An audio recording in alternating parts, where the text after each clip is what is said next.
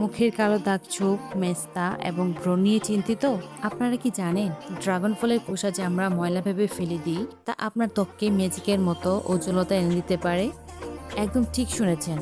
আজকের ভিডিওতে আমরা তৈরি করব এমন একটি ঘরোয়া ফেস প্যাক যাতে রয়েছে ড্রাগন ফলের খোসা, তো আরও কিছু ঘরোয়া উপাদান, এবং এই ফেস প্যাকটি ত্বকের ব্রণ দূর করবে এবং ত্বকে গভীরভাবে নরম রাখবে এবং ত্বকের যত ধরনের কালো দাগ স্পট আছে সব কিন্তু একদম রিমুভ করে দিবে।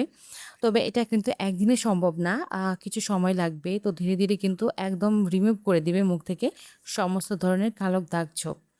তো চলো কথা না বাড়িয়ে আমরা রেমেডিটা দেখে নিই। তো ফেস প্যাক বানানোর জন্য কিন্তু আমি প্রথমেই ভালো দেখে ড্রাগন ফল নিয়ে নিয়েছি। তো তোমরা কিন্তু অবশ্যই চেষ্টা করবে ভালো মানের ড্রাগন নেওয়ার জন্য, কারণ বাজারে কিন্তু এখন অ্যাভেলেবেল আছে একদম ড্রাগন ফ্রুটস। বাট মানে টনিক দেওয়ার কিন্তু অনেক ড্রাগন আছে, তো তোমরা বাছাই করে যেগুলো দেশি একদম ফ্রেশ ড্রাগন আছে সেগুলোই কিনে নিয়ে আসবে। হ্যাঁ, তো আমি কিন্তু একদম ছোট ছোট দেখে দেশি ড্রাগন নিয়ে এসেছিলাম। তো এগুলো কিন্তু কোনো ফরমালিন ছিল না, একদম গাছের থেকে পেড়ে তারপর নিয়ে এসেছিলাম।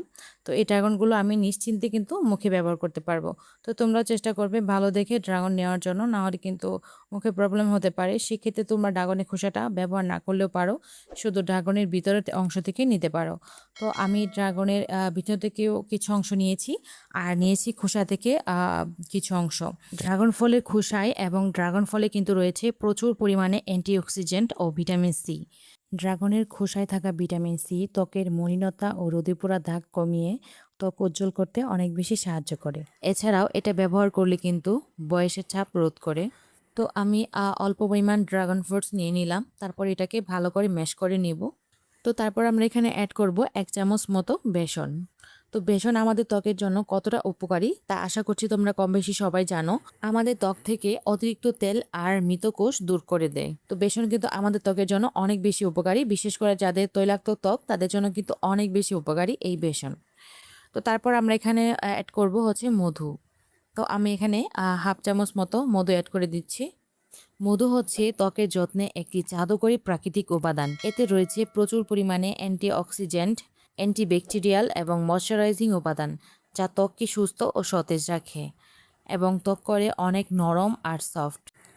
তো মধুর কিন্তু অনেক গুণাগুণ রয়েছে আমাদের ত্বকের দাগ ক্ষত নিরাময় এবং ত্বকের উজ্জ্বলতা বাড়াতে এবং ব্রণ কমাতে। ব্রণের যে ব্যাকটেরিয়াগুলো থাকে তো সেগুলোর বিরোধী হয়ে কাজ করে মধু আমাদের স্কিনে। তো মধুটা কিন্তু অনেক বেশি হেল্পফুল আমাদের স্কিনের জন্য। এটা মাস্ট বি তোমরা এখানে অ্যাড করবে মধুটা। তো বন্ধুরা, আমরা এখানে যা যা উপাদান ব্যবহার করেছি তা প্রত্যেকটাই কিন্তু আমাদের ফেসের জন্য অনেক বেশি উপকারী। তো যাদের মুখে ব্রণ, মেস্তা, কালো দাগ, ক্ষত এবং যত ধরনের সমস্যা আছে তারা কিন্তু নিঃসন্দেহে এই প্যাকটা ব্যবহার করতে পারো মুখে। তো আশা করছি তোমাদের সব ধরনের সমস্যার সমাধান হবে তোমরা যদি নিয়ম মেনে এটা ব্যবহার করতে পারো ফেসে। তো এই উপাদানগুলো কিন্তু আমাদের ত্বকের জন্য অনেক বেশি উপকারী, তোমরা সেটা বলে বোঝাতে পারবো না তোমাদেরকে।